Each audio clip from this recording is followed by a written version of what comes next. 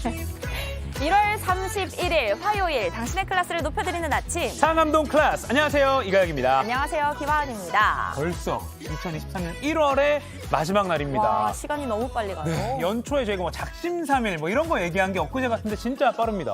가혁 씨, 지난 한 달 동안 세웠던 계획들 잘 지켰나요? 제가 운동을 가급적 매일 꾸준히 하자 이게 계획이었는데요. 한 일주일에 한 번도 제대로 운동 못하는 것 같아요. 실패. 네, 실패. 실패했어요. 실패. 네, 그래도 아직 1월이니까 다시 이제 계획 짜고 실천해보는 것도 괜찮을 것 같아요. 오늘까지는 새해 분위기 계속 이어가는 걸로 합시다. 오늘까지는 1월이니까. 네, 좋습니다. 매일 상암동 클래스 챙겨보기 이 계획도 여러분 꼭 넣어주시고요. 어제 저희 방송 보시면서 인증사진 올려주신 여러 상크리 중에서 당첨자 2분 자막으로 지금 소개하겠습니다. 짠! 먼저 한국 머무는 동안 하루 시작을 상암동 클래스와 시작했는데 이제 시간이 얼마 남지 않았네 라면서 인증샷 올려주신 미첼 안젤로 팡님. 아마 해외로 나가시나 봐요. 맞아요. 네. 출국 잘 하시고 해외에서도 유튜브로 함께 하실 수 있으니까 꼭 생방송 함께 해주세요. 네. 그리고 상클 날씨 챙겨보시면서 따뜻하게 하고 나가야겠네 라고 올려주신 S라니5029님 감사합니다. 네, 2분께 영화 관람권 보내드리겠습니다. 오늘도 생방송 보시다가 사진 찍어서요. 여러분의 페이스북이나 인스타그램에 올려주시면 됩니다. 해시태그 샵 JTBC 샵 상암동 클래스 달아주셔야 저희가 검색해 볼 수 있습니다. 네, 그럼 오늘도 날씨부터 들으면서 상쾌하게 상클 시작해 보겠습니다. 자, 김민지 기상캐스터. 오늘 눈 소식이 있던데 근데 낮 기온이 상당히 포근할 것 같아서 눈보다는 비가 내리지 않을까 싶기도 하고요. 네, 연일 기온이 계속 오르고 있습니다. 따뜻한 남서풍의 유입으로 1월 마지막 날인 오늘은 심한 추위는 없겠습니다.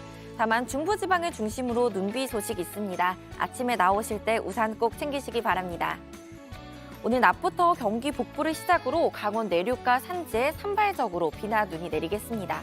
내리는 눈의 양은 1에서 3cm 정도로 많진 않겠고요. 서울과 경기 남부는 낮부터 기온이 많이 올라서 퇴근길에 눈보다는 비가 내릴 가능성이 많겠습니다.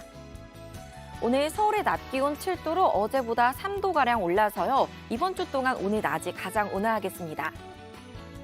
쾌청한 하늘 아래 동쪽 지역의 대기는 바짝 말라 있습니다. 강원 해안을 비롯해서 영남 대부분을 건조특보가 뒤덮은 상황인데요.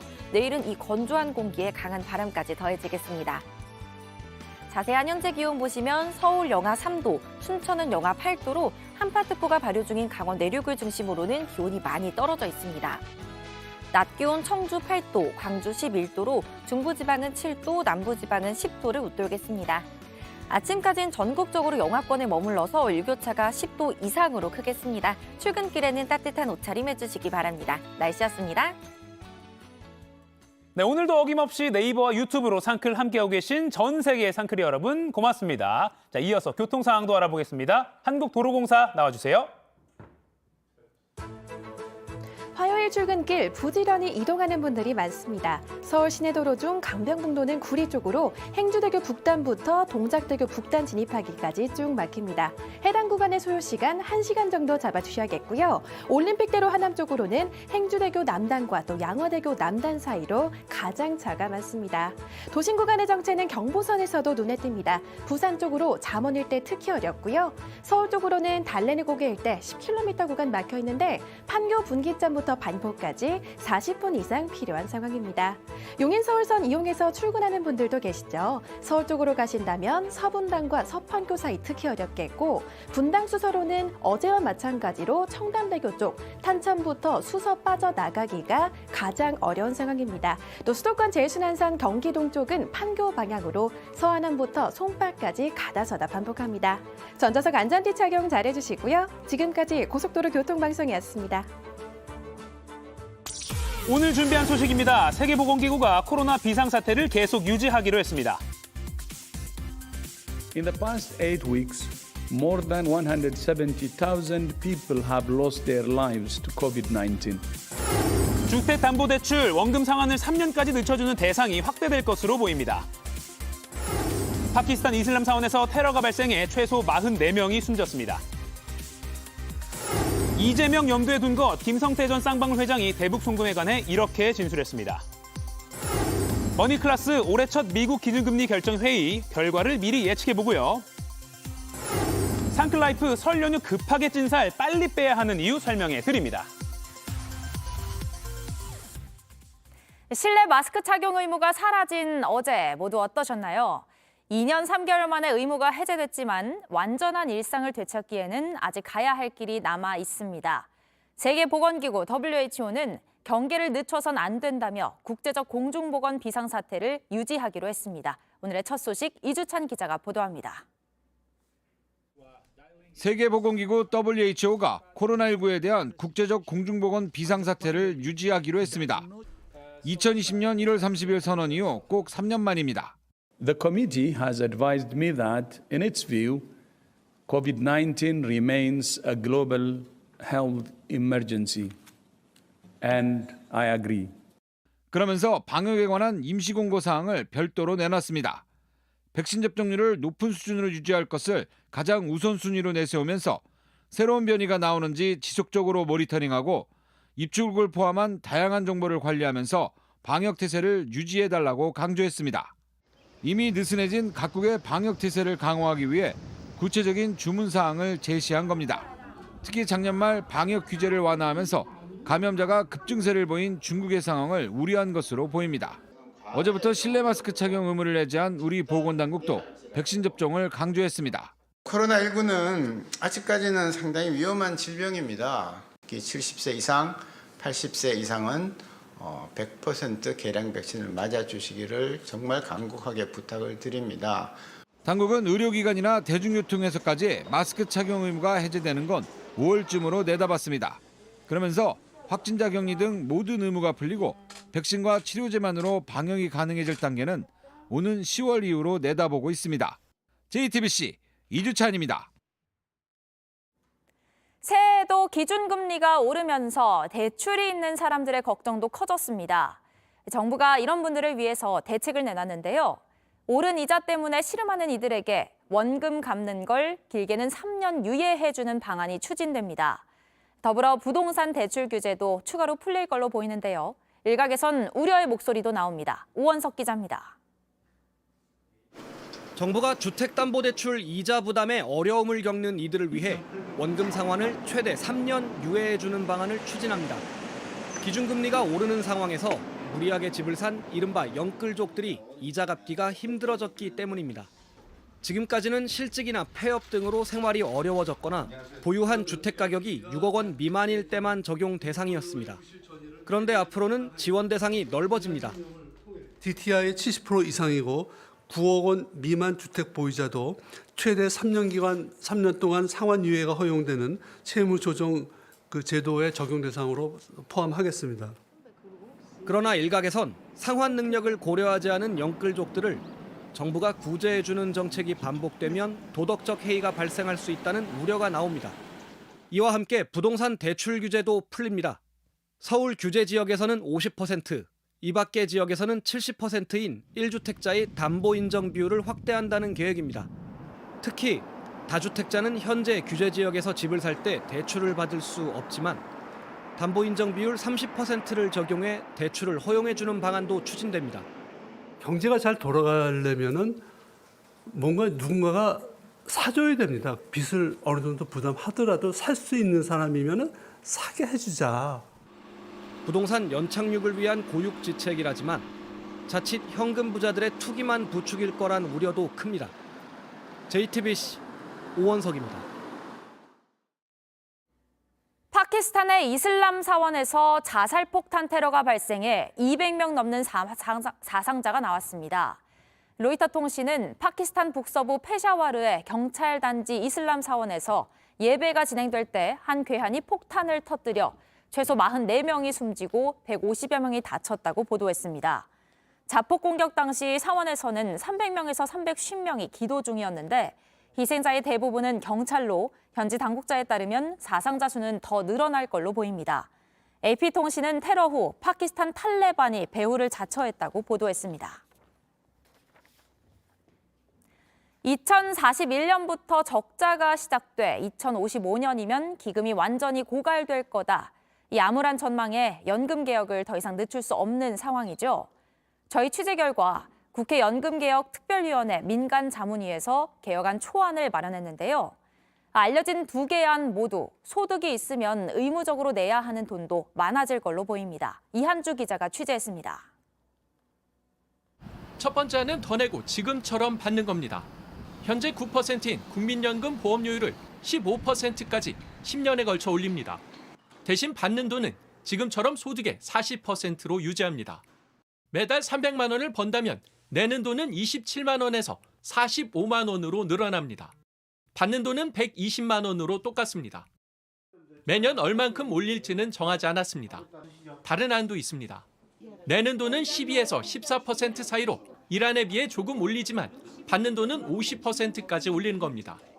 똑같이 300만 원을 번다고 했을 때 내는 돈은 적어도 36만 원 이상으로 오르지만 받는 돈은 150만 원으로 30만 원이 올라갑니다.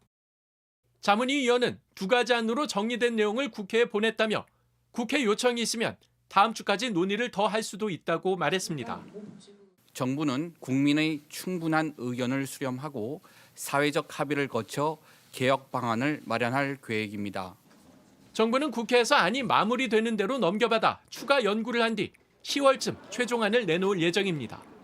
JTBC 이한주입니다. 태국에서 송환돼 대북 송금 혐의 등으로 구속된 김성태 전 쌍방울 회장이 검찰 조사에서 북한에 돈을 보낸 건 당시 이재명 대표의 대선을 염두에 둔 거란 취지로 말했습니다. 북한 인사를 만난 자리에서 이 대표와 통화한 적이 있다고도 진술했습니다. 박사라 기자입니다. JTBC 취재를 종합하면 쌍방울 김성태 전 회장은 민주당 이재명 대표와 통화를 한 때를 2019년 1월 17일이라고 검찰에 진술했습니다. 중국에서 열린 한국 기업 간담회 날입니다.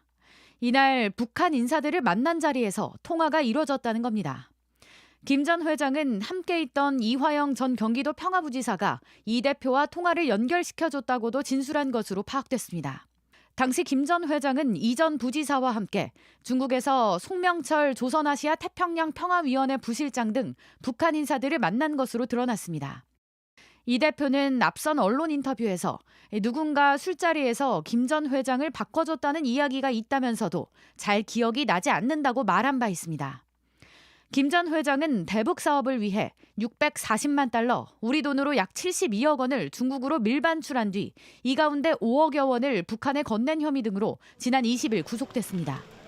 김 전 회장은 대북 송금을 놓고도 이 대표의 대선을 염두에 둔 것이라는 취지로 검찰에 진술한 것으로 파악됐습니다. 이에 따라 검찰은 김 전 회장이 이 대표와 대북 사업 과정을 공유했을 가능성 등을 수사 중입니다. 김 전 회장은 태국에서 체포돼 송환될 때만 해도 통화 사실조차 부인했습니다. 이재명 씨는 전화나 뭐 이거 한 적 없는데. 전화는 한번 하신 적 있지 않나요? 없습니다. 전혀 없고요. 전화번호 말도 못 알아보고. 하지만 기존 입장을 번복하면서 이 대표의 관련성에 대한 검찰 수사도 큰 영향을 받게 됐습니다. JTBC 박사라입니다.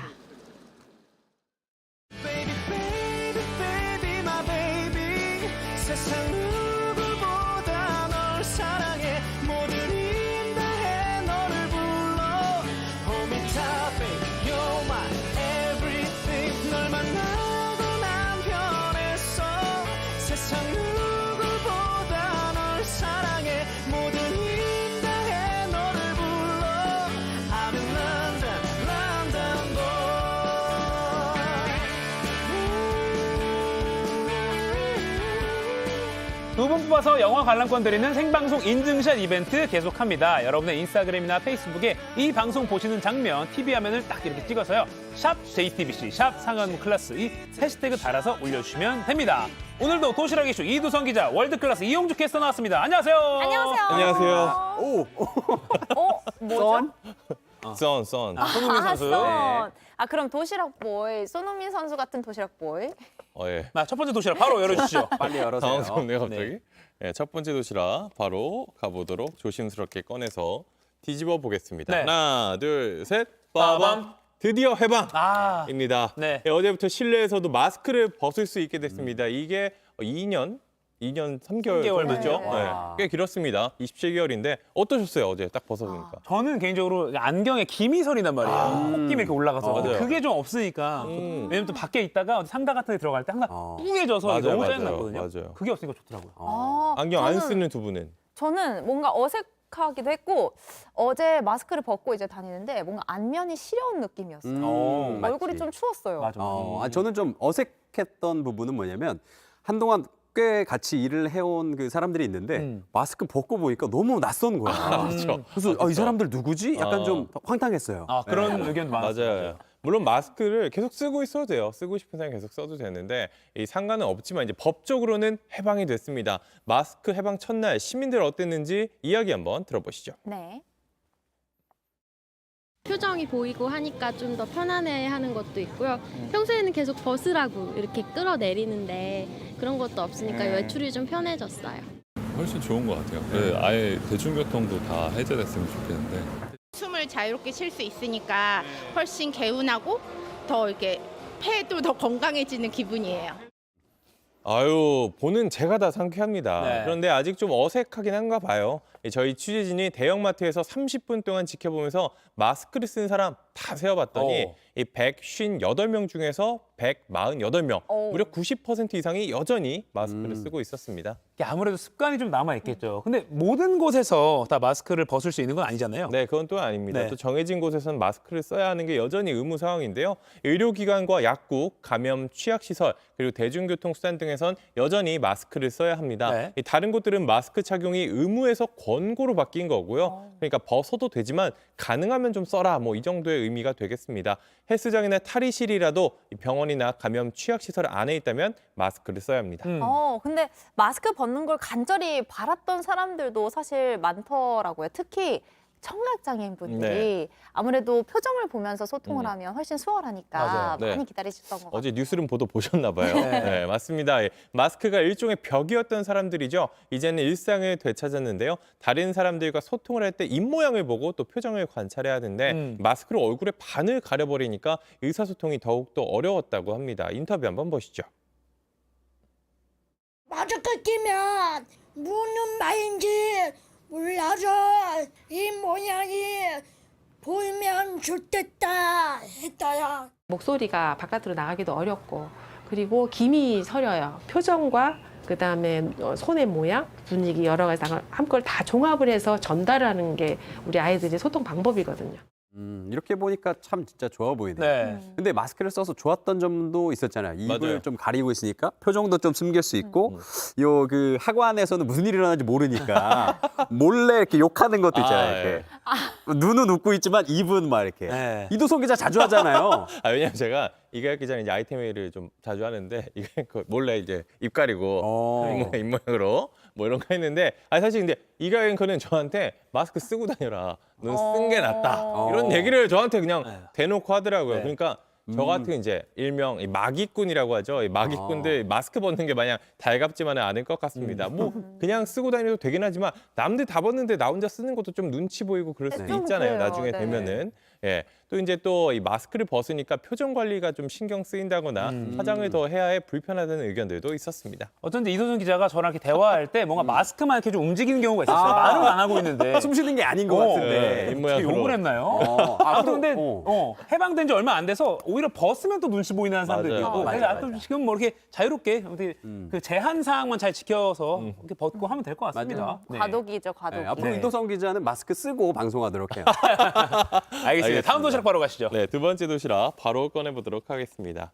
조심스럽게 꺼내서 뒤집어 보겠습니다. 하나, 둘, 셋. 빠밤. 겨울바다에 뛰어들다. 이게 최근 부산에서 일어난 일인데요. 영하의 날씨 속에서 바다에 뛰어들었습니다. 영상으로 먼저 보시죠. 네, 지난 27일 밤 8시쯤인데요. 빨간 원이 보이죠? 이 부산 광안리 해수욕장을 비추는 영상입니다. 한 50대 여성이 바다에 들어가 있는 모습인데요. 또 다른 여성이 뒤따라 들어가기도 합니다. 그런데 이 모습을 발견한 한 남성이 서둘러 따라가서 저렇게 데려 나오는 모습입니다. 한참을 이야기를 하고 결국 저렇게 여성들을 바다 밖으로 빠져나오게 했다고 합니다. 이게 무슨 상황일까요? 엄청 추웠을 텐데. 네, 두 여성 사실 바다에 들어간 여성들은 모녀 사이였습니다. 알고 보니까 극단적인 선택을 하려던 상황이었다고 하네요. 수년 전에 남편이 어머니이자 아버지를 떠나보낸 뒤에 힘들어했다라는 소식이 전해졌습니다. 신고를 받고 출동한 부산 남부경찰서 소속 고승현 경장이 모녀의 발길을 돌려 세웠는데요. 딸을 키우는 아버지의 입장에서 설득을 했다고 합니다. 이제 본인도 딸을 키우고 있는데 이런저런 이야기를 한 10분 정도 대화를 주고받은 뒤에 모녀를 무사히 구조했습니다. 네. 아, 저렇게 나오셨다니까 정말 다행인데 그래도 저분들 좀 아직도 걱정이 되네요. 맞습니다. 그렇죠. 아무래도 이제 걱정이 될 수밖에 없는데 심리 상태가 불안한 상황이라고 합니다. 그래서 경찰은 모녀가 마땅히 의지할 곳이 없다는 점을 고려해서 응급 입원 조치를 했다고 하네요. 현재 특별한 외상 없이 입원 치료를 받고 있는 것으로 전해졌습니다. 다시 한번 말씀드리지만 이 우울감 등 말하기 어려운 고민이 있거나 주변에 이런 어려움을 겪는 가족이나 지인이 있을 때는 상담 전화 등을 통해 24시간 전문가의 상담을 받을 수 있습니다. 네, 경찰이 저렇게 딱 바다에서 이렇게 바깥으로 빠져나오게 한 그 행동처럼 또 앞으로도 많은 사회에서 관심을 가져서 좀 힘든 상황에서 빠져나오셨으면 좋겠습니다. 자, 다음 도시락 열어주시죠. 네, 세 번째 도시락, 귀여운 곰돌이 도시락도 뒤집어 보도록 하겠습니다. 자, 하나, 둘, 셋. 빠밤. 엄마가 된 할머니. 무슨 말인가요? 무슨 말인지 잘 모르겠는데 네. 이 친할머니가 손녀딸을 입양을 했어요. 친딸로 입양을 한 사연이 있는데 저는 처음에 어떻게 이런 일이 가능한가 싶었는데 이 중국 국적의 초등학생 A양이 5살이던 지난 2014년에 한국에 들어왔습니다. 네. 이때 할머니와 함께 들어왔어요. 어떻게 된 일인가 보니까 한국의 귀화에서 살던 할머니가 A양을 키울 사람이 없다는 소식을 듣고선 곧바로 중국으로 건너가서 A양을 데리고 왔다고 합니다. 키울 사람이 없다는 게 무슨 말이죠? 그 엄마 아빠는 어디 있어요? 일단 엄마 아빠가 있기는 합니다. 예. 그런데 이제 아버지 같은 경우에는 연락이 되지 않았어요. 엄마도 그렇고요. 아이 부모가 몇 년 동안 연락이 되지 않았는데요. 사업을 하던 아버지는 행방불명이었고요. 어머니도 가출을 했다고 합니다. 문제는 A양이 부모와 마찬가지로 중국 국적이었다는 건데요. 그렇게 되면 장기 체류를 할 수가 없습니다. 그래서 결국 한국에 살던 엄마와 나중에 연락이 닿았는데 이 재외동포 자격으로 머물렀던 엄마가 있었지만 이 엄마가 재혼하면서 중국으로 떠나게 됐거든요. 그러면 이 딸이 강제 출국을 해야 되는 상황이었어요. 왜 엄마가 법적인 보호자는 엄마가 한국에 없으니까요. 네. 그래서 엄마와 아닌 할머니와 살면서도 법적인 동거인이 엄마였기 때문에 강제 출국을 당할 그런 상황이었다고 합니다. 근데 중국으로 가면 함께 살 사람이 지금 없는 상황 아닌가요? 왜냐면 엄마도 새 가정을 꾸렸으니까요. 그렇죠. 초등학생이 됐지만 5살 때부터 엄마와 따로 지냈다라고 말씀을 드렸잖아요. 사실 중국으로 건너간다면 사실 키울 사람이 없습니다. 같이 살 사람이 없는 그런 문제가 있었는데 그래서 이 할머니가 이 부모처럼 함께 살던 할머니가 법원에 입양 허가 신청을 했습니다. 친딸로 입양을 하면은 이 할머니는 한국 국적이기 때문에 계속해서 한국에 살 수 있는 상황이거든요. 네, 우리나라 법원에 그쵸? 신청한 거죠. 우리나라 서울가정법원에 신청을 했습니다. 네. 그런데 지난해 7월에 서울가정법원 1심 재판부가 부친의 이 생사 여부가 확인되지 않았고 할머니가 어머니가 되면은 친족 관계에 혼란이 생긴다고 하면서 기각을 했어요. 부친이 사망했는지가 확실하지 않고 네, 할머니가 어머니가 되면 혼란이 있다. 네. 9년 넘게 행방을 찾을 수 없지만 이게 뭐 죽었는지 살았는지 알 수가 없기 때문에 살아있을 수도 있다. 그리고 엄마도 있지 않느냐. 뭐 이런 취지입니다. 또 입양이라는 게 사실 국적을 얻기 위한 제도는 아니에요. 그렇기 때문에 이런 이유를 덧붙였습니다. 실제로 키우진 않았지만 어찌됐건 아버지의 생사가 확인되지 않았고 어머니도 살아있기 때문에 내린 결정이었습니다. 그러면 지금 1심 저 결과만 보면 아이가 혼자 중국으로 가야 되는 상황이잖아요. 그럴 수밖에 없는 상황이었죠. 네. 법적으로는 더 살 수 없기 때문에 내보내야 되는 상황이에요. 이 초등학생 아이를 혼자 중국에 보내야 되는 상황이었는데 그래서 이 할머니가 대한법률구조공단의 도움을 받아서 다시 한번 법정을 향했습니다. 이제 항고라는 걸 했는데요. 지난달 항고심 재판부가 입양을 허가했습니다.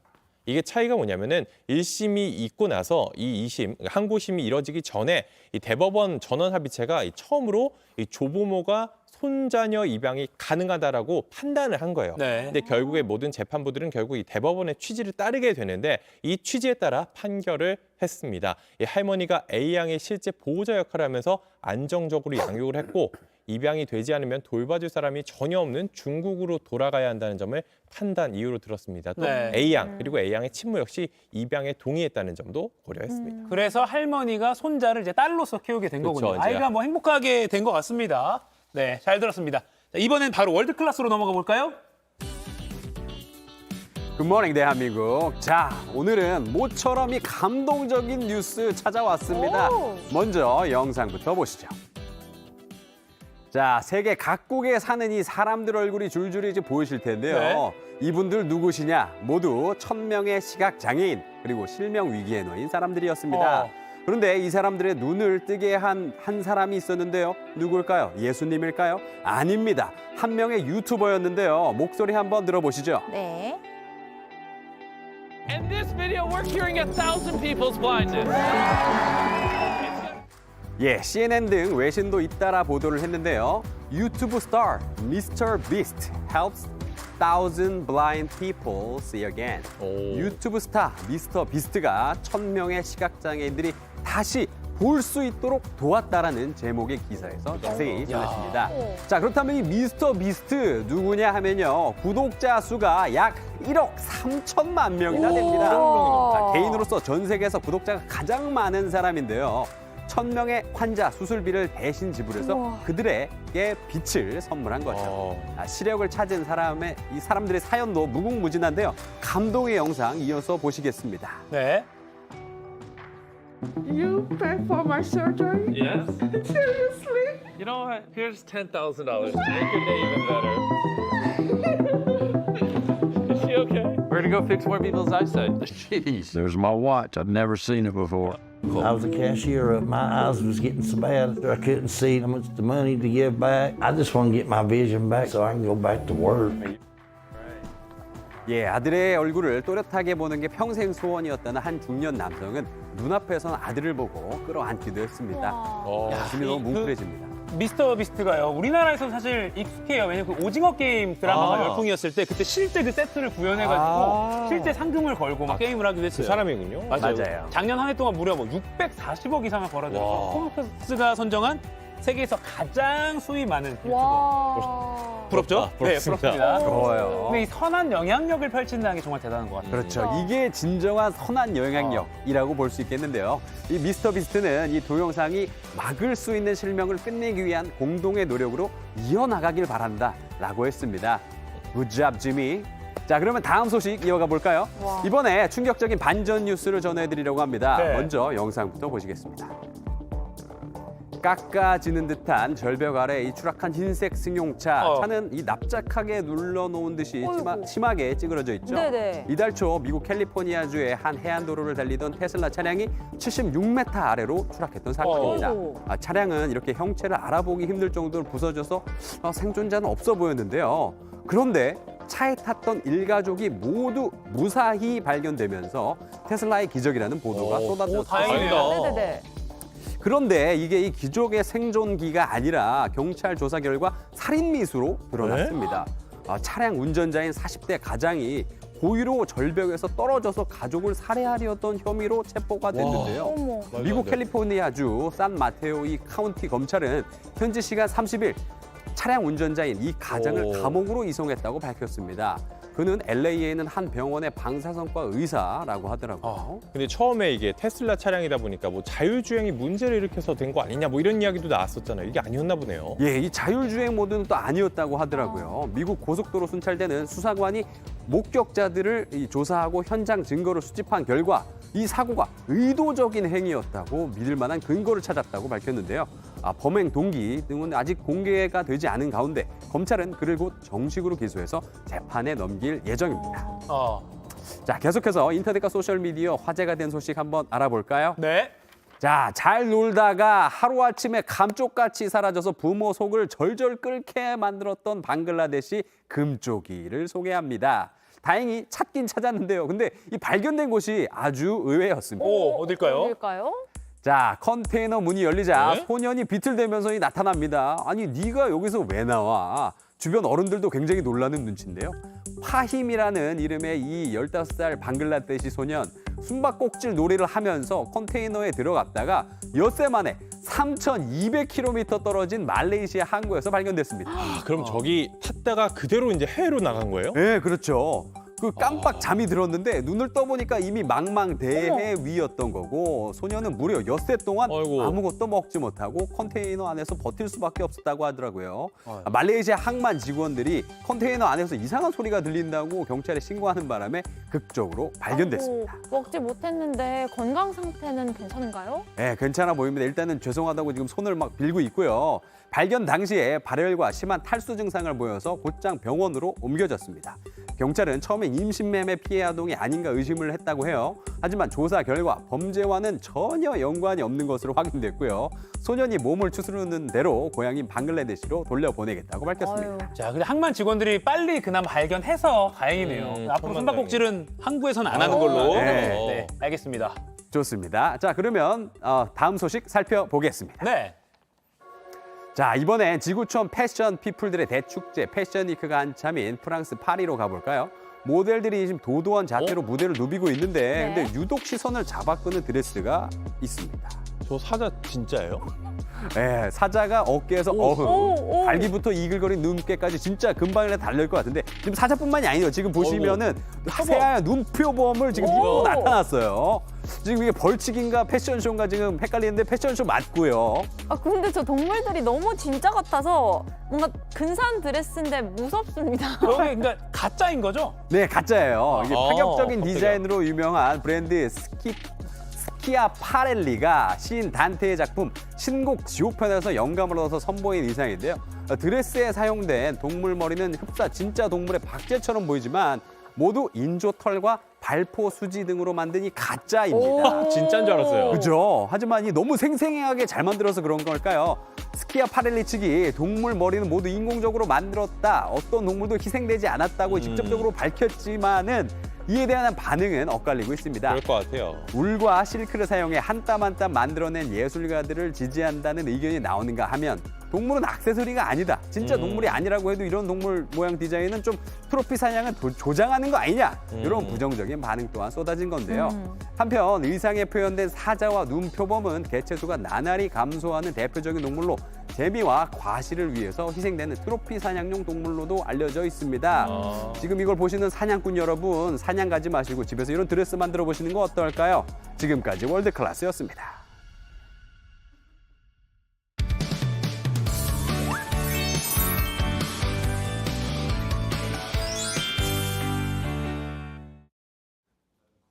네, 지금 시각 8시 31분입니다. 저 같은 경알못, 경제를 잘 알지 못하는 사람을 위한 당장 내 돈이 되는 지식, 머니클래스. 오늘의 키워드 먼저 보시죠.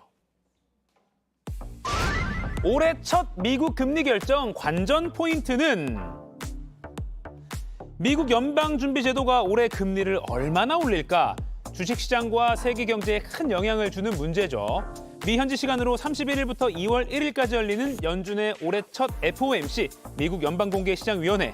여기로 관심이 쏠리는 이유입니다. 금리 인상 속도 조절과 함께 금리 인상 종료에 관한 연준의 의견이 나올 거라고 시장이 기대하고 있는데요. 회의를 하루 앞둔 오늘 연준 FOMC 관전 포인트를 전문가와 함께 짚어보겠습니다.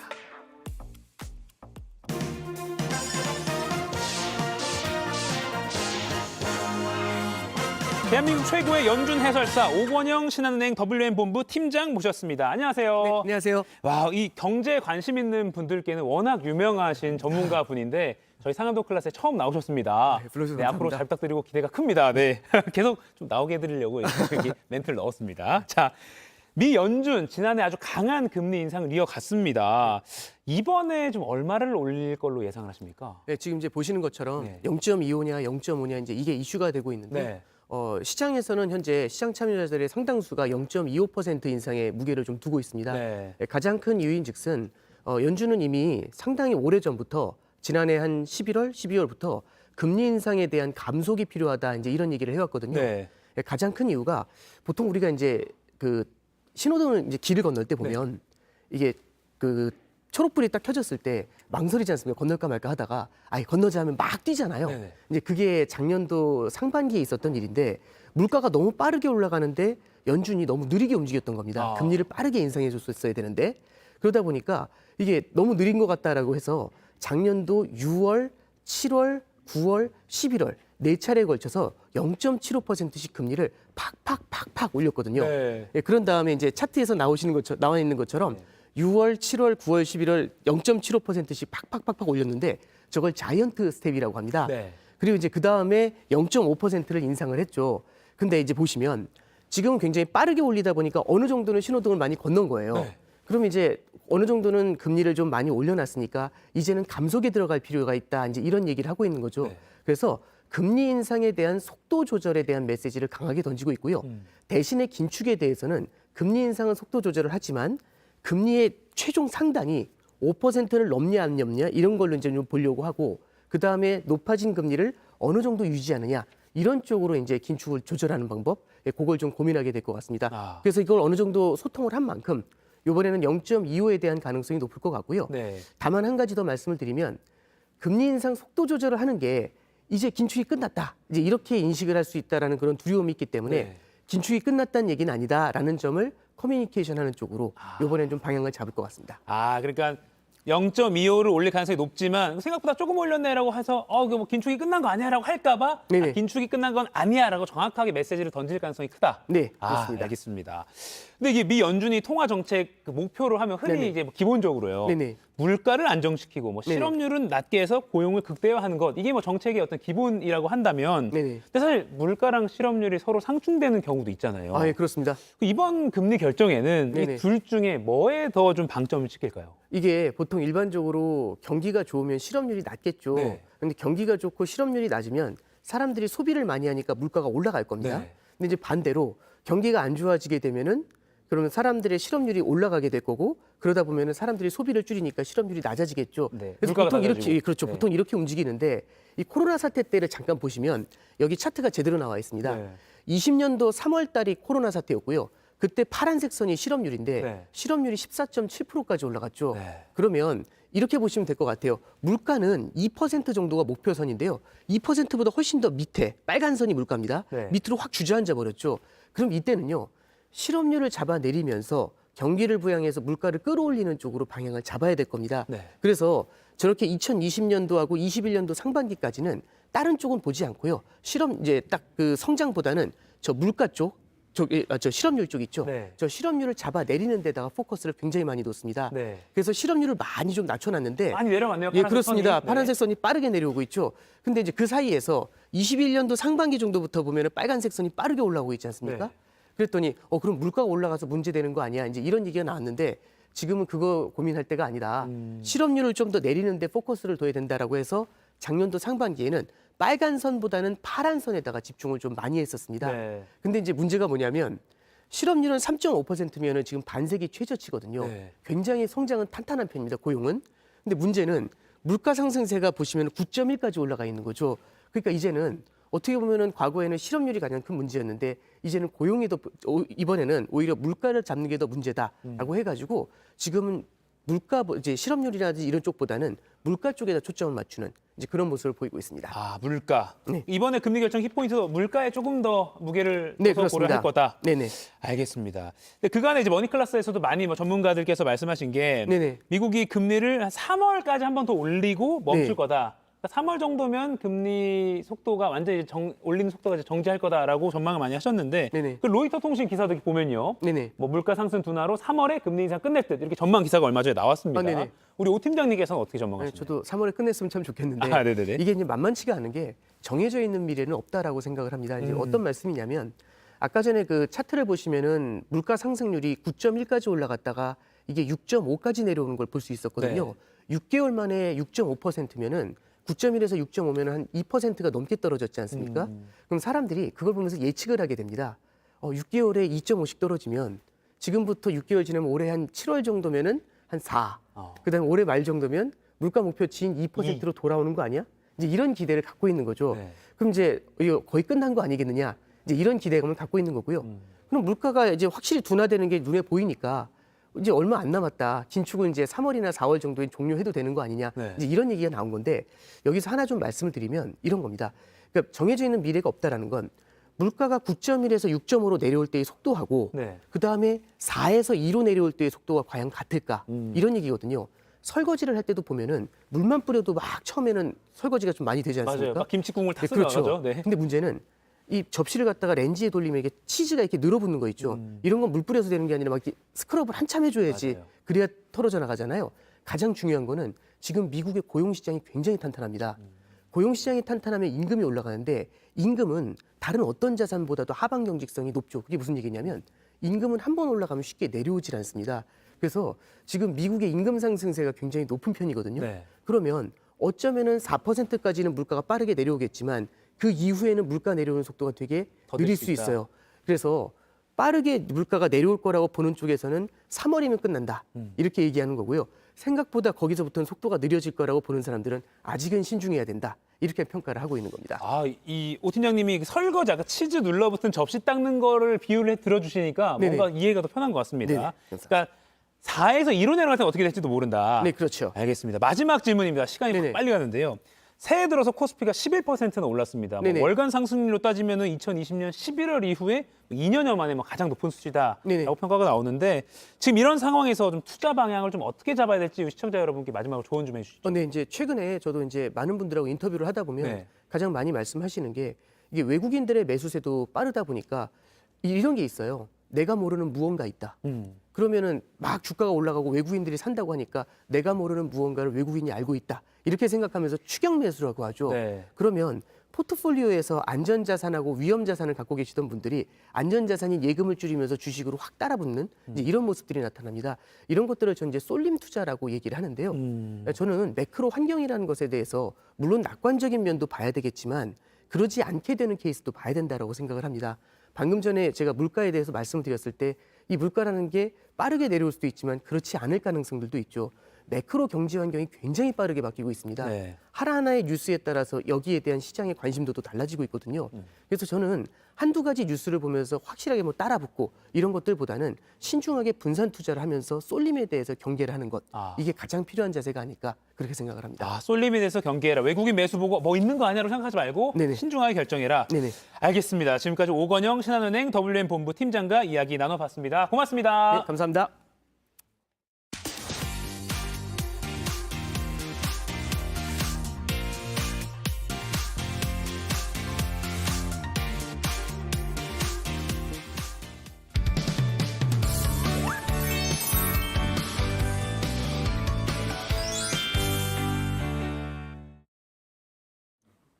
상클 라이프 매주 화요일 아침엔 여러분의 건강을 책임집니다. 가정의학과 전문의 민혜연 원장 나왔습니다. 안녕하세요. 안녕하세요. 또 연휴 잘 보내셨는지 모르겠지만 이제 오늘 관련된 얘기가 그거예요. 좀 씁쓸합니다 지금. 바로 주제 만나보시죠. 명절 과식으로 드러난 몸무게. 이번 주를 넘기지 말라. 지금 제가 이게 사실 의상실에서 미리 의상을 맞추잖아요. 허리가 타이트해요. 이게 근데 또 명절 후유증으로 겨우 벗어나서 이제 일상으로 돌아왔는데 이 뭐 살 빼는 것까지 명절에 얻은 살까지 기한을 정해놓고 빼야 되냐? 꼭 정해놓고 빼시는 게 좋습니다. 아, 그래요? 왜냐하면 갑자기 살이 쪘잖아요. 이걸 빨리 빼지 않고 그대로 유지를 해버리면 내 몸속에서는 여러 가지 대사성 질환들의 그 발병률이 올라갈 수밖에 없거든요. 혈압이나 혈당이나 아니면 지질대사 같은 것들에 문제가 있을 수 있으니까 건강을 생각하신다면 무엇보다도 몸무게에 신경을 쓰셔야 되는 거죠. 근데 명절 과식으로 늘어난 몸무게 왜 이번 주를 넘기면 안 되는지 사실 좀 억울하고 네. 좀 다음 주까지 하면 안 됩니까? 그러게요. 네, 아무튼 네. 일단 그 왜 그런지 키워드로 하나씩 살펴보겠습니다. 네. 첫 번째 키워드 만나볼까요? 진짜 살이 되기 전에 급진 급바. 아니 급진 급바가 사실 요새 온라인에서도 되게 화제가 되더라고요. 급하게 찐 살 빨리 빼면 진짜 살이 되기 전에 빠질 수 있다. 뭐 그런 뭐 용어던데 진짜로 살에도 그러니까 진짜 살이 있고 가짜 살이 있고 뭐 그런 건가요? 있죠. 우리가 이제 과식을 할 때, 특히 명절 때나 아니면 뭔가 뭐 휴가를 갔거나 해서 과식을 하고 다음날 체중계에 딱 올라가게 되면 뭔가 한 2kg 정도, 1~2kg 정도 늘어나 있어요. 네. 아, 역시 살쪘네라고 생각을 하시는데요. 사실 그때 체중계에 증가한 건 진짜 살은 아닙니다. 이건 수분의 저류일 수도 있고요. 아니면 글라이코겐이라고 해서 우리가 음식을 먹게 되면 1차적으로는 에너지로 쓸 수 있는 글라이코겐이라고 하는 형태로 저장을 하게 되거든요.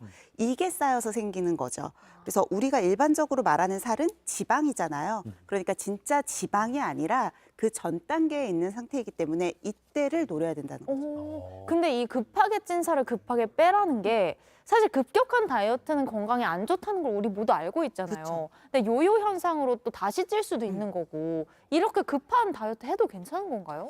이건 급한 다이어트와는 좀 다른 차원이라고 보셔야 돼요. 그러니까 급작스럽게 체중이 1, 2kg 증가했을 때 이걸 다시 원래 체중으로 2주 내로 돌리라는 뜻이거든요. 사실 내 몸은 늘 항상성을 유지해야 되기 때문에 체중도 변화 없이 일정하게 유지하는 게 좋습니다. 그래서 장기간으로 봤을 때에도 큰 체중의 변화 없이 일정하게 체중을 유지할 수 있는 것이기 때문에 무리한 다이어트, 급격한 다이어트가 아니라 오히려 내 몸의 항상성을 유지하기 위한 방향인 거죠. 항상성을 유지하기 위한 방향이다. 그러니까 설 연휴 때 약과 좀 덜 먹을 걸 벌써 후회가 되는데. 아니요, 후회는 왜요? 돼요. 지금 허리가 너무 좀 부대껴요 지금. 자, 우리 맛있었잖아요. 두 번째 키워드 바로 넘어가겠습니다. 두 번째 키워드 보시죠. 급진급파 골든타임은 2주다. 그러니까 이번 주말이 설 명절 끝나고 딱 2주째 되는 거거든요. 그러니까 시간이 얼마 없습니다. 급하게 늘어난 몸무게, 급하게 이번 주 넘기면 안 되는 건가? 왜 그런 거예요? 제가 아까 진짜 살, 가짜 살을 말씀드릴 때 급하게 찐 체중이 다 지방은 아니라고 말씀드렸잖아요. 우리가 음식을 먹게 되면 특히 탄수화물을 먹게 되면 포도당의 형태로 들어왔다가요. 이걸 다 쓰지 못하니까 글라이코겐이라고 하는 형태로 저장을 하거든요. 근데 이 글라이코겐은 에너지로 빠르게 전환할 수 있는 애들이에요. 근데 이게 에너지로 다 쓰이지 않고 2주 정도가 지난다. 그땐 지방으로 바뀌는 거죠. 지방은 에너지로 전환하기가 쉽지 않습니다. 좀 더 에너지를 저장하려는 형태로 가거든요. 그래서 2주를 넘기기 전에 급하게 여러분들이 활동량을 늘리고 운동도 열심히 하시고 먹는 걸 좀 줄이신다면 글라이코겐을 충분히 소진해서 살로 가지 않을 수 있어요. 그런데 이 2주를 넘겨버려서 지방으로 저장이 됐다. 그때는 훨씬 더 많은 노력, 훨씬 더 과한 운동이 필요할 수밖에 없는 거죠. 그럼 이렇게 지방이 되기 전에 빼면 좀 쉽게 뺄 수 있다는 말씀이신가요? 그렇죠. 훨씬 적은 노력으로도 에너지를 충분히 태워낼 수가 있거든요. 그러니까 글라이코겐은 에너지로 쓰기 위해서 저장하는 형태, 지방은 에너지를 축적시키기 위해서 저장하는 형태다라고 보시면 돼요. 그래서 2주 전에 운동을 하실 때는 일반적인 다이어트처럼 막 무리해서 하실 필요 없습니다. 먹는 양을 조금만 줄이시고 활동량을 조금만 늘리셔도 글라이코겐은 빨리빨리 태워낼 수 있어요. 그러니까 그 기간만 지키면 조금 수월하게 살을 뺄 수 있다는 말씀이신데 그러면 2주를 만약에 넘겼다. 저 이번 주까지 못할 거거든요. 자신이 없으시군요. 특단의 대책이 뭐가 있나요? 아직은 포기하시기는 좀 이른 게요. 제가 몸무게도 항상성을 유지한다 그랬잖아요. 그러니까 내 몸에서는 나의 몸무게를 세트 포인트라고 해서 기억을 하고 있습니다. 그래서 이 포인트로 다시 돌아가려는 경향이 있거든요. 이 세트 포인트를 다시 만드는 데는 6개월에서 12개월이 걸려요. 그래서 2주가 지났다고 해도 6개월을 넘기지 않았다면 아직까지는 그 찌기 전에 있는 몸무게가 내가 기억하는 세트 포인트입니다. 그래서 이때까지는 그래도 6개월 이후보다는 조금은 수월하게 빼실 수 있으니까 한 6개월까지는 좀 잡고 2주를 넘겼어도 포기하지 않으시는 게 중요하죠. 7월 초 정도 보고 있습니다. 근데 사실 이게 연휴뿐만이 아니라 요즘 급진급발을 평소에도 뭐 기념일 이럴 때 많이 먹었다던가 아니면 좀 주말 휴가 다녀오거나 회식하거나 이렇게 했을 때 사람들이 좀 많이 하는 것 같아요. 근데 여러 번 이걸 반복해서 하면 좀 몸에 안 좋을 것 같기도 하거든요. 사실 저도 사용하는 방법이거든요. 급진급반은. 이게 일반적인 다이어트는 많이 반복하거나 단기간에 살을 빼려고 하는 게 무리가 될 수 있는데요. 계속 설명드리지만 급진급반은 평소에 그냥 쪄 있는 체중을 감소하려는 게 아니라 내가 원래 지속하던 체중이 있는데 갑자기 과식으로 인해서 잠깐 늘어났을 때 이걸 돌리는 방법이에요. 그리고 빠르게 돌아오기 때문에 내 몸에 있는 항상성을 오히려 유지할 수 있다고 했잖아요. 그러니까 이걸 찐 상태로 그대로 유지하는 것보다는 2주 내에 빠르게 돌아오는 것이 몸의 건강에는 더 좋습니다. 다만 그 방법에 있어서 너무 무리하게 단식을 하거나 너무 과한 운동을 한다거나 하는 방법만 피해 주신다면 일상에서 충분히 적용이 가능한 좋은 다이어트 방법인 거죠. 그럼 내성은 안 생겨요? 계속해도? 특별한 내성이 생길 문제는 아니에요. 주의할 점도 사실은 뭐 있긴 있을 것 같아요. 체중과 건강, 두 마리 토끼를 다 잡으려면 또 어떤 게 필요한지 또 마지막 키워드 함께 살펴보시죠. 네. 급진급바엔 간헐적 단식. 아까 너무 급하게 하면 안 좋다라고 말씀하셨는데 좀 구체적으로 이 간헐적 단식 좀 주의할 점 뭐가 있을까요? 저는 일반적으로는 다이어트 방법으로 단식을 하는 걸 추천드리진 않습니다. 왜냐하면 아예 들어오는 에너지의 양이 없다고 하면 몸에서는 비상회로를 돌리게 되거든요. 그런데 간헐적 단식은 조금 달라요. 간헐적 단식 같은 경우는 단식의 기간이 길지는 않고 보통은 하루 24시간 중에서 식사를 하는 시간과 단식을 하는 시간을 나눠 놓거든요. 저는 이 시간을 한 식사할 수 있는 시간 10시간 정도, 단식하는 시간 14시간 정도를 가장 추천을 드리는데요. 보통 이러면 14시간의 단식 기간 동안 수면 시간이 포함이 되기 때문에 일단 그렇게 힘든 방법이 아니에요. 그리고 단식을 하는 동안에는 에너지가 더 이상 들어오는 게 없으니까 아까 말씀드렸던 대로 체내에 저장돼 있던 글라이코겐을 이용해서 태워내게 되거든요. 그러니까 우리 몸에 위장관도 쉴 시간을 주고 에너지를 충분히 소비할 수 있는 시간을 주면서도 단식의 시간이 길지 않기 때문에 무리하지 않는 방법이에요. 그래서 추천을 드리는데 다만 주의사항은 있겠죠. 일단은 혈당이 떨어질 수 있기 때문에 당뇨와 같이 혈당 조절에 어려움이 있으신 분들은 간헐적 단식보다는 그냥 소식을 하시는 게 더 도움이 될 수가 있고요. 또 하나는 식사를 하는 10시간 내에서도 식단 관리는 해주셔야 합니다. 10시간 동안은 아무거나 다 먹고 14시간 단식을 하는 건 의미가 없거든요. 그래서 그 안에서 식단의 관리를 어느 정도는 탄단지의 비율을 좀 지켜주셔야 된다는 것. 그리고 그 사이사이에 운동은 필수적으로 하셔야 된다는 것. 이 정도는 기억하셨으면 좋겠어요. 말씀하신 대로 14시간은 이제 단식 시간이니까 10시간에 막 그 보상 받으려고 막 10시간 동안 피자 먹고 막 햄버거 먹고 그럴 수 있는데 그거 안 된다는 거 강조해 주셨습니다. 자신 있습니까? 자신 없습니다. 네. 그럼 이렇게 명절에 기름진 음식 많이 먹고 과식 많이 했을 때 간헐적 단식을 한다고 해도 식단이 중요하다고 말씀하셨잖아요. 어떤 음식을 먹는 게 좋을까요? 일단 가장 중요한 건 탄수화물을 줄이셔야 돼요. 탄수화물을 저장시키는 형태가 글라이코겐이라 그랬잖아요. 그래서 탄수화물이 들어오지 않아야지 이걸 태워낼 수 있거든요. 그러니까 저탄수의 음식을 위주로 드시는 게 좋겠고요. 또 과식을 하면 나도 모르게 염분을 많이 섭취하게 됩니다. 그래서 가능하면 저염식으로 드시는 게 좋겠고 또 장의 건강, 장 운동을 위해서 식이섬유가 풍부한 음식을 드시는 것도 도움이 될 수 있습니다. 그리고 운동도 중요하다고 강조해 주셨는데 우리 민 원장님께서 평소에 하시는 운동이 있다고 들었어요. 그러니까 시간을 굳이 많이 안 들여도 그 영상이 준비가 돼 있는데 혹시 그 영상을 잠깐 저희가 볼 수 있을까요? 네. 치우고? 이건 어떤 건가요? 그러니까 저는 시간을 내서 운동을 할 수 없다면 저렇게 그냥 진료실이나 일하는 일터에다가 간단한 소도구들을 갖다 놓는 거예요. 일반 의자를 치우고 저는 저렇게 짐볼 체어를 두거든요. 그럼 그냥 앉아 있는 시간 동안에도 계속 코어에 힘을 줄 수가 있어요. 그러니까 저 위에 앉아 계신다는 거예요? 네. 전 진료를 볼 때도 그냥 저 의자, 저 짐볼에 그냥 앉아가지고 진료를 보면 중심을 잡기 위해서 나도 모르게 척추기립근이나 코어에 힘을 쓰게 되고요. 그리고 중간중간 저렇게 짧은 폼롤러나 아니면 마사지볼 같은 걸 이용해서 조금 스트레칭이나 몸을 풀어주는 운동들, 그리고 뭐 화장실 갈 때 잠깐 스쿼트하기 이런 틈새 운동을 이용을 하시는 것도 바쁜 직장인들한테 좋은 방법이 될 것 같습니다. 그러네요. 각자 책상에 앉아서 어차피 일할 때 조금 저렇게 운동하면 좋을 것 같고 또 지금 시간이 많지 않아서 마지막으로 짧게 또 저렇게 평소에 운동하는 거 말고도 좀 시간을 내서 할 때 어떤 유산소 운동을 좀 하면 좋을까요? 급진급바에서 제일 중요한 건 얘기하신 것처럼 유산소 운동이고 중등도 강도 정도의 유산소 운동인데요. 일반 직장인들이 하기 가장 좋은 건 걷기 운동이죠. 걷기. 그래서 중간에 걷기나 실내 사이클을 탄다거나 하는 운동들을 가장 추천을 드리고 숨이 좀 차서 옆 사람과 대화를 할 때 수월하게 이어가기 힘든 정도 강도로 해주시면 좋습니다. 좋습니다. 저는 아까 그 짐볼 그것도 하면 인상 깊어서 오늘 다시 한번 유튜브 찾아보겠습니다. 자, 이번 주를 넘기지 마십시오. 설날에 찐 거 이번 주 넘기지 말고요. 오늘 알아본 방법 기억하시면서 당장 실행에 옮기시면 좋겠습니다. 원장님 오늘 말씀 감사합니다. 고맙습니다.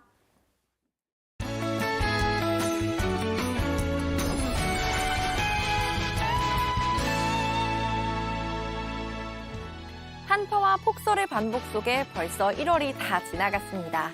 1월 마지막 날인 오늘은 낮 기온이 크게 뛰어올라 심한 추위는 없겠습니다. 다만 중부지방을 중심으로 눈비 소식 있습니다. 나오실 때 우산 꼭 챙기시기 바랍니다. 오늘 낮부터 경기 북부를 시작으로 강원 내륙과 산지에 산발적으로 비나 눈이 내리겠습니다. 내리는 눈의 양은 1에서 3cm 정도로 많진 않겠고요. 서울과 경기 남부는 낮부터 기온이 많이 올라서 퇴근길에 눈보다는 비가 내릴 가능성이 많겠습니다. 태청한 하늘 아래 동쪽 지역의 대기는 바짝 말라 있습니다. 강원 해안을 비롯해서 영남 지역 대부분을 지금 건조특보가 뒤덮은 상황인데요. 내일은 이 건조한 공기에 강한 바람까지 더해지겠습니다. 오늘 오후 들어 전국에 차차 구름이 많아지겠습니다. 중서부 지역은 오늘 밤 일시적으로 미세먼지 농도도 높아지겠습니다. 자세한 현재 기온 보시면 서울 영하 4도, 춘천 영하 9도로 한파특보가 내려진 강원 내륙을 중심으로는 기온이 많이 떨어져 있습니다. 낮 기온은 서울 7도, 광주 11도까지 올라 봄처럼 포근하겠습니다. 내일까지는 아침과 낮 모두 평년 기온은 웃돌겠지만 내일 오후부터 찬 공기가 남하하면서 모레는 기온이 다시 내려가겠습니다. 당분간 뚜렷한 눈비 소식 없이 맑은 날씨가 이어질 전망입니다. 날씨였습니다. 네, 추위가 한풀 꺾인 것 같아서 좀 다행입니다. 오늘부터 진짜 운동 꾸준히 하겠습니다. 새해가 밝고 한 달 동안 지키지 못했던 가혁 씨의 목표. 네. 2월에 얼마나 잘 지키는지 제가 옆에서 지켜보겠습니다. 상클 라이프에서 방금 이야기했던 그 연휴의 찐살 더 지나기 전에 빨리 빼자 급진 급바도 실천해 봐야겠습니다. 우리 상클이 여러분들도요 꾸준히 운동하고 또 좋은 음식 잘 챙겨 드시면서 건강 관리 잘 하시기 바랍니다. 너무 무리해서 하기보다는 저희 상클 아침에 생방송으로 보시거나 아니면 다시 보기로 들으시면서 가볍게 산책도 하고 스트레칭도 하고 즐겁게 관리하시면 좋을 것 네, 같습니다. 아까 또 걷기가 좋다고 하셨으니까요. 네. 오늘도 상클과 함께 건강한 하루 보내시기 바라면서 인사드리겠습니다. 오늘도 상클하세요.